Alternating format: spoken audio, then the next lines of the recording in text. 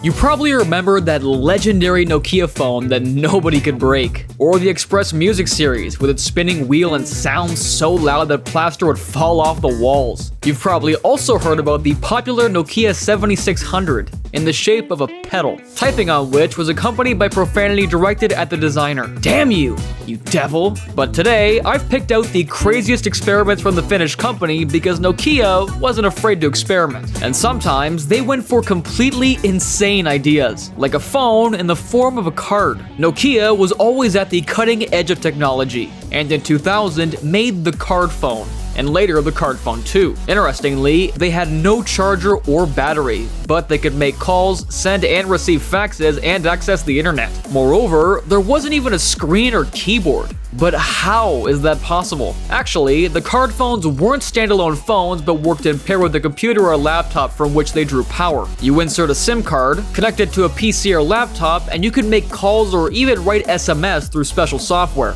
But for the SMS era that arrived in the early 2000s, they made the 6820 model. It came out in 2003 and looked like a classic candy bar phone. You'd think, what's unusual about that? But the front part flipped up and you've got a full keyboard. This wasn't just a phone, but a real business class mobile. A little piece of the future in your pocket. Well, at least that's how it seemed back then. And how about the lipstick phone Nokia 7280?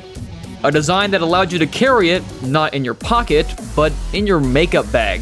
The 7280 had no traditional keyboard at all. Instead, there was a navigation wheel. And the screen was so small it seemed like it was only there to remind you, hey, I'm still a phone, not mascara. Dialing numbers with a spinning wheel and select button seemed like an interesting idea to Nokia engineers. Therefore, the company later released the Nokia 7380 with the same input mechanism. They reconsidered their approach to design and got something cosmic. Even now, such a device looks like a guest from the future, a true representative of early 2000s futurism. And how about a Nokia that goes hoppa appa appa appa appa appa? Okay, I'm kidding. Actually, this isn't Nokia, but the T-Mobile sidekick. But for a second, you believed it, right? Especially since Nokia had similar developments. But Nokia did it cooler. Look at what a clever mechanism the N93 had, which allowed the screen to rotate around its axis however you wanted, and point it at any angle. This device was like a Swiss Army knife in the world of mobile phones. Large screen, top-tier hardware. And for its super camera with Zeiss optics, it was even called a camera phone. This phone could turn the screen to 3 positions. So you could shoot video like with a professional camera, lay it horizontally and watch videos on it,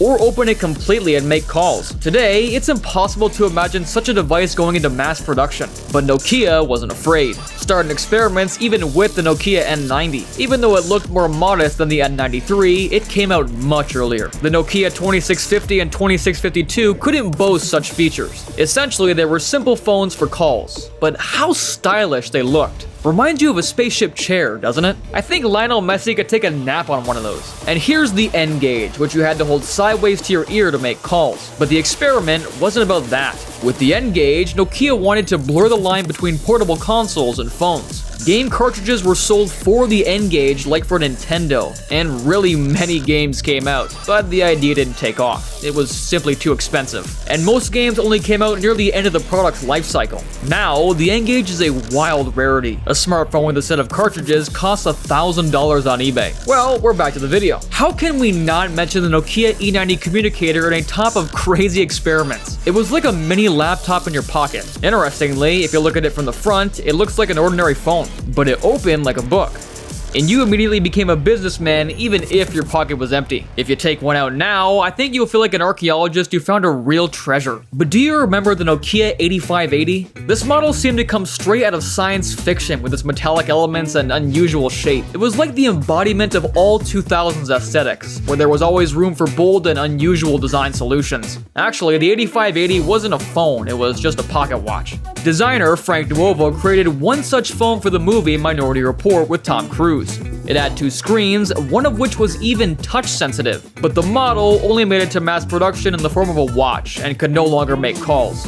But it could be worn on a chain like a pendant. And here's the Nokia 7700. Very controversial design. I'd even say it's ugly as hell. But this was one of Nokia's first experiments with full screen. It was like a mini tablet on which you could watch videos, play games, and even draw. The 7700 with its unique design and widescreen looked like something completely new. And soon the 7710 came out. They made it more elegant and sold it as the best solution for business sharks who didn't have enough buttons. The Nokia 7070 PRISM. Another crazy phone that looked like it was designed in a secret geometric laboratory. It was made primarily for design and PRISM style. The device was a real work of art and could also make calls. A number of other models came out with the same appearance, but the 7070 flip phone had the maximum wow effect. If Elon Musk wanted to make a cyberpunk style smartphone, he could very well take the 7070 PRISM as a basis. And let's not forget about the stylish Nokia 7270 either, a phone that folds and unfolds like a fan. This wasn't just a phone, but a real accessory with mirror surfaces and fabric inserts. You felt like a retro movie star. Nokia always took risks and shocked with non-standard forms and solutions. Their phones weren't just gadgets, but a style statement.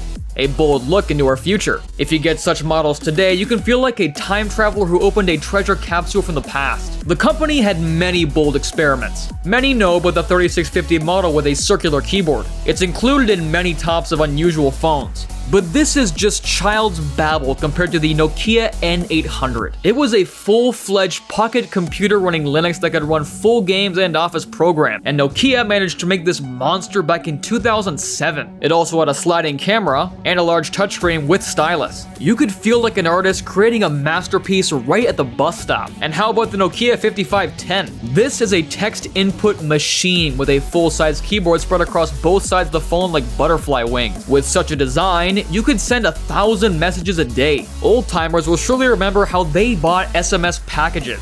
Those were the times. And at the very end, I would add the X5-01 model. This isn't just a slider, but a square with a sliding keyboard and a powerful battery. Up to 4 days off one charge. It also had unusual body colors and a unique feature. If you rotated it, tracks would switch randomly. Today, Nokia phones are like retro cars. They carry the spirit of an era and evoke nostalgia for times when a phone wasn't just a tool, but part of your individuality. Nokia really had many unusual experiments.